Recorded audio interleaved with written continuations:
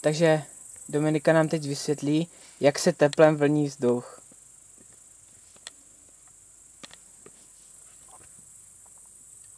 Takže teplejší částice stoupající ve vzduchu z rozžhávěných uhlíků se spojí s chladnějšími částicemi, které jsou obsažené ve vzduchu.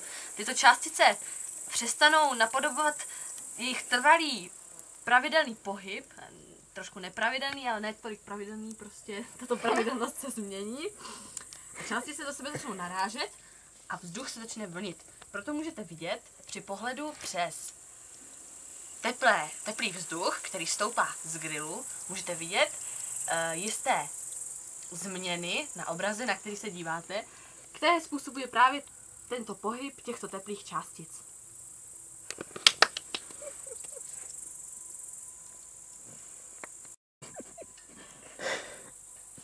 A teď nám Dominika vysvětlí, jak se z dřeva stane dřevěné uhlí.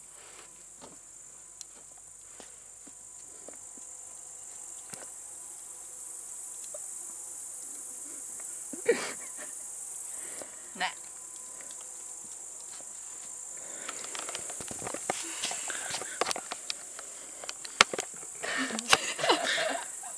Vysvětlí to ty. Právě mi bylo řečeno, že Na každý horor. Dominika se vzepřela a nehodlá nám vysvětlit, jak se z dřeva stane dřevěné uhlí. Tak já to teda vysvětlím. To je dobře, tak střih. No. Ne. Prosím, řekni to. A to se nedá vysvětlit teleshoppingově, chápete? Dá. Jak? Tak prostě prodávají to uhlí. S touto skvělou nádobou od firmy Westin Gorostop můžete vyrobit dřevěné uhlí po domácku. Takovéto krásné dřevěné uhlí můžete vyrobit s touto krásnou nádobou s poklopem. Jak na to? Vysvětlím. Zajdete do lesa, donesete si dříví. Dříví nejlépe nasekáte na drobnější asi takhle dlouhé špalíčky, ano, nařežete, nasekáte a poté naskládáte do této nádoby. Předtím jste samozřejmě nachystali na oheň jste zapálili, krásně vám to hoří a zatímco to hoří, tak to zahážete hlínou. K tomu dřevu, poté co to zahážete hlínou, zavřeme. Zrušíme přívod vzduchu. Počkej, tam musím říct detail. No. Zrušíme přívod vzduchu tímto praktickým otáčítkem, které můžete rušit i doprava, i doleva, i levou rukou, i pravou. Záleží na tom, jestli jste pravák nebo levák. Máme to praktické, dodáváme pro oboje, oba dva typy lidí. Poté, co zavřete tuto praktickou nádobu na uhlí, zasypete hlínou, vzduch je uzavřen, žhavé uhlíky nemají přívod vzduchu a tudíž nemůže dále probíhat hoření, uhlíky se udusí a zůstanou v tom stavu, v jakém byli, když hořeli. Takže zavolejte, až zavoláte i do 10 minut, získáte tyto praktické zápalky, kterými můžete rozdělávat oheň. Tady vám to ukážu jak. Vezmete zápalku, škrtnete na potřetí a máte oheň. Oheň na zápalce, praktická záležitost. Když zavoláte do 10 minut, máte vyráběč uhlí i zápalky.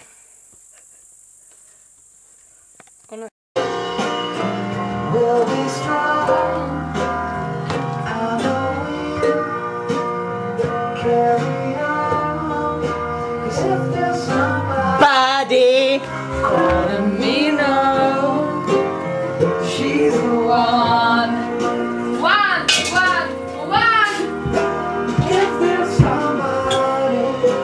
Calling me on.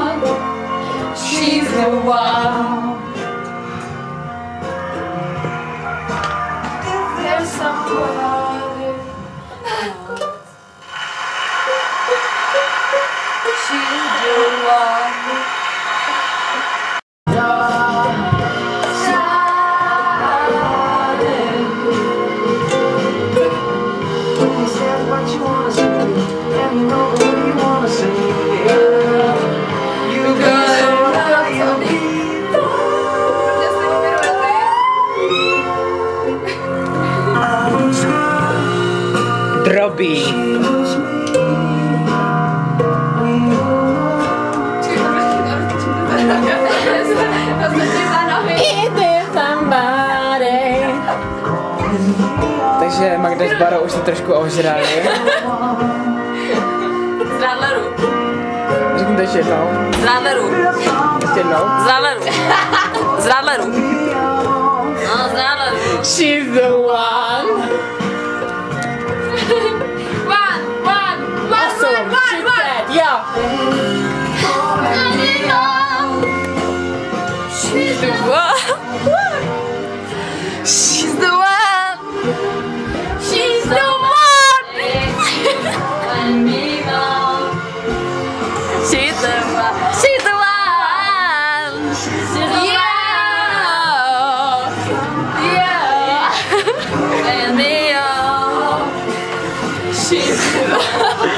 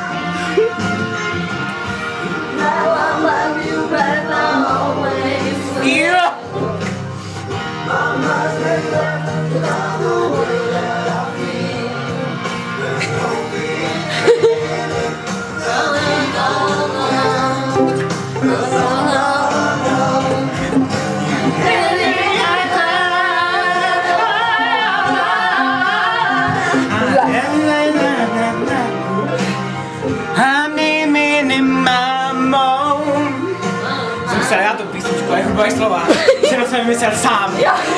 Za mě si nemáme.